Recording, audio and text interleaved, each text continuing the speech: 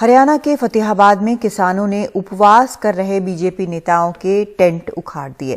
किसान police barricades को जबरदस्ती हटाने के बाद बीजेपी के उपवास स्थल तक पहुंच गए थे। पुलिस ने बीजेपी नेताओं का उपवास बीच में ही खत्म करवाकर किसी तरह उन्हें सुरक्षित निकाला। इस दौरान किसानों की जिला अध्यक्ष बलदेव सिंह रोहा से झड़प भी हो गई।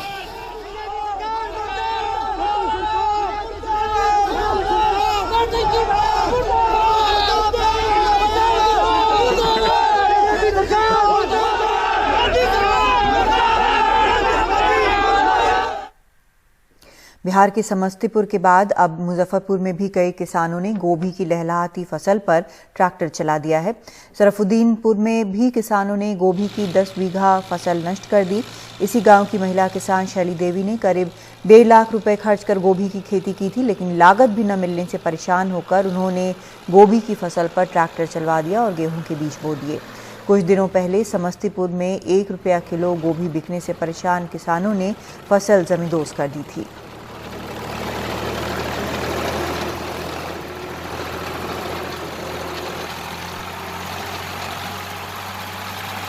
रविशंकर बाबू संज्ञान लिए, हमसे बात भी किए, हमसे लाइव भी हुए हैं और उन्होंने बोले जो CSC वाले को डिप्यूट कर दिया गया है, वो आपका माल खरीदारी करेंगे। ठीक है, 4 टन माल हमसे ले गया है 10 रुपये किलो के रेट से, और अभी चल के देखा जाए मेरा फसल कि नुकसान हो रहा है काटने बगैर। फल तैयार है, अभी तक हमारा ऑर्डर नहीं हुआ। हम वो माल जो हमारा खराबे हो जाएगा तो हम कैसे सरकार पर भरोसा करें कि मेरा माल बिक जाए? खराब माल ले जाएंगे वो। इस बार जो है सबसे ज़्यादा खेती हम गोभी का किया और सबसे ज़्यादा नुकसान गोभी में ही हुआ, तो अच्छा मुनाफा होगा इसलिए किए थे। इस साल नुकसान होने का कारण है जो कि गाड़ी तो बंद है, ट्रेन, जितने भी छोटे व्यापारी आते थे वो सब आना बंद कर दिए। तो उतना तो मान लीजिए कि उतना हम लोग जो ट्रक भाड़ा करके ले जाएंगे तो वो व्यापारी उठाएंगे, तब तो व्यापारी आ नहीं रहे हैं। इससे पहले जो गोभी का खेती हुआ उसमें पूरा तरह से घाटा में चला गया। 1 कट्ठे में 2500-3000 रुपया खर्चा पड़ता है टोटल, वो भी पैसा ऊपर नहीं होता है। सरकार को कहेंगे क्या, सरकार खेती के लिए पैसा दे, जो लॉस होता है वो पैसा पूर्ति करे, खाद सस्ता करे। 1.5 बीघा में कैली रहा 2 लाख रुपया खर्चा भेल, ओहिमे 50,000 रुपया न भेलै। हम तो की करिए, हम जोतवा दिलिए, न भेलै तो हम की करबै, रख के ओकरा जोता के बस दोसर की होते खेती, अब की कर। और उत्तर प्रदेश के मुरादाबाद में राज्य सरकार के लव जिहाद के खिलाफ बने नए कानून के तहत गिरफ्तार हुए एक मुस्लिम युवक और उसके भाई को आज रिहा कर दिया गया। दोनों को 2 हफ्ते पहले गिरफ्तार किया गया था। सूत्रों के मुताबिक यूपी पुलिस को दोनों के खिलाफ जबरदस्ती धर्म परिवर्तन का कोई सबूत नहीं मिला। दोनों को एक 22 साल की हिंदू महिला के अपनी शादी रजिस्टर्ड कराने की कोशिश के दौरान गिरफ्तार किया गया था। बजरंग दल के कार्यकर्ताओं ने पहले इन्हें रोका और फिर पुलिस के हवाले कर दिया था। महिला को मुरादाबाद पुलिस ने पहले एक महिला आश्रम में रखा था और फिर मजिस्ट्रेट के आदेश पर रिहा कर दिया था।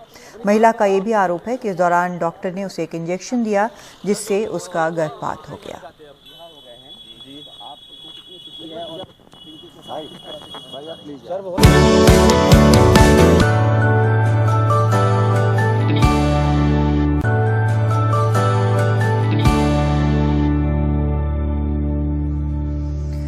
आपका स्वागत है एक बार फिर से। देश और प्रदेश में और कोरोना के समय में कैदियों से मुलाकात पर जेल प्रशासन ने रोक लगा रखी है।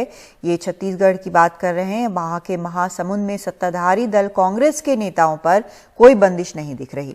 संसदीय सचिव विनोद चंद्राकर के पिता सेवन लाल चंद्राकर, विधायक प्रतिनिधि दाऊलाल चंद्राकर के लिए जेल प्रशासन ने कोविड गाइडलाइन और अपने खुद के बनाए नियम को ताक पर रखते हुए दोनों के लिए जिला जेल प्रशासन का दरवाजा खोल दिया।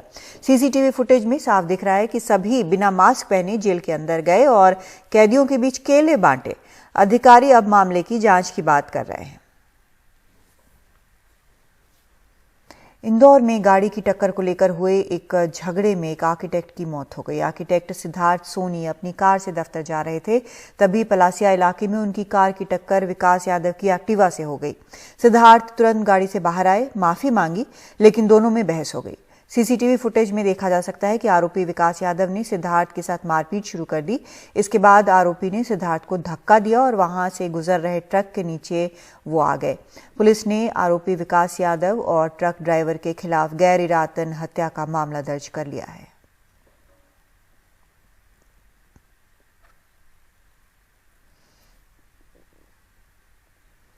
कोलार में आईफोन बनाने वाली यूनिट में शनिवार को हुई हिंसा के सिलसिले में 167 लोगों को गिरफ्तार किया गया है।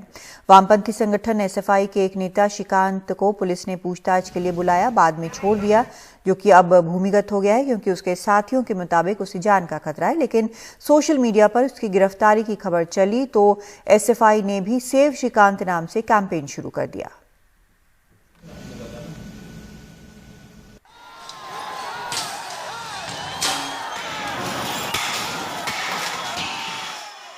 शनिवार को बेंगलुरु के नजदीक कोलार में आईफोन के यूनिट में हुई हिंसा की तस्वीर। इसके बाद पूछताछ और गिरफ्तारियों का सिलसिला शुरू हुआ तो नाम वामपंथी संगठन एसएफआई का उछला, क्योंकि इसके नेता श्रीकांत को पुलिस ने पूछताछ के लिए बुलाया। हालांकि बाद में उसे छोड़ दिया, लेकिन सोशल मीडिया पर किसी ने उसकी गिरफ्तारी की खबर चला दी और कुछ टीवी चैनल्स ने भी। सवाल ये उठता है कि आखिर एसएफआई नेता श्रीकांत का नाम इस हिंसा से कैसे जुड़ा।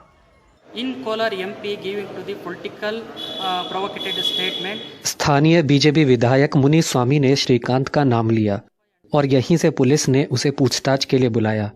अब हम बेवजह के इस परेशानी से श्रीकांत को बचाने के लिए ये कैंपेन चला रहे हैं। पुलिस से क्लीन चिट मिलने के बाद श्रीकांत अपनी हिफाजत के लिए कहीं छिप गया है। जानकारी के मुताबिक विस्ट्रॉन में काम करने वाले कर्मचारियों ने श्रीकांत से संपर्क साधा ताकि उन्हें वक्त पर सैलरी मिल पाए। श्रीकांत जिले के बड़े अधिकारियों के दफ्तर के बाहर प्रदर्शन की योजना बना रहा था। इस वजह से भी वो पुलिस की निगाह में आया। जो हमारी तहकीकात हुई उसमें 167 लोग अरेस्ट हुए हैं और भी लोग जो इसमें शामिल हुए होंगे उनके बारे में हम सीसीटीवी फुटेज से और हमारे बाकी जो फ़ोन के एविडेंसेस हैं और भी टेक्निकल एविडेंसेस, उसके आधार पे हम पता कर रहे हैं कि और कौन कौन इसमें शामिल थे और उनका हम लिस्ट बना रहे हैं। पुलिस ने 10 टीमें बनाई हैं। मुख्यमंत्री बीएस येडियुरप्पा का कहना है कि इस मामले पर प्रधानमंत्री की नज़र है। मामला विदेशी निवेश को बढ़ावा देने का है और जिस प्लांट में हिंसा हुई वो ताइवान की कंपनी है।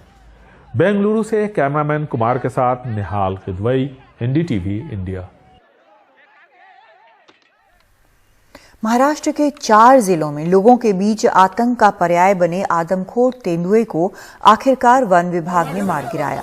वन विभाग की टीम को काफी दिनों से उसकी तलाश थी। तेंदुए को सोलापुर में मार गिराया गया। कुछ दिन पहले ही तेंदुए को जान से मारने के आदेश जारी हुए थे।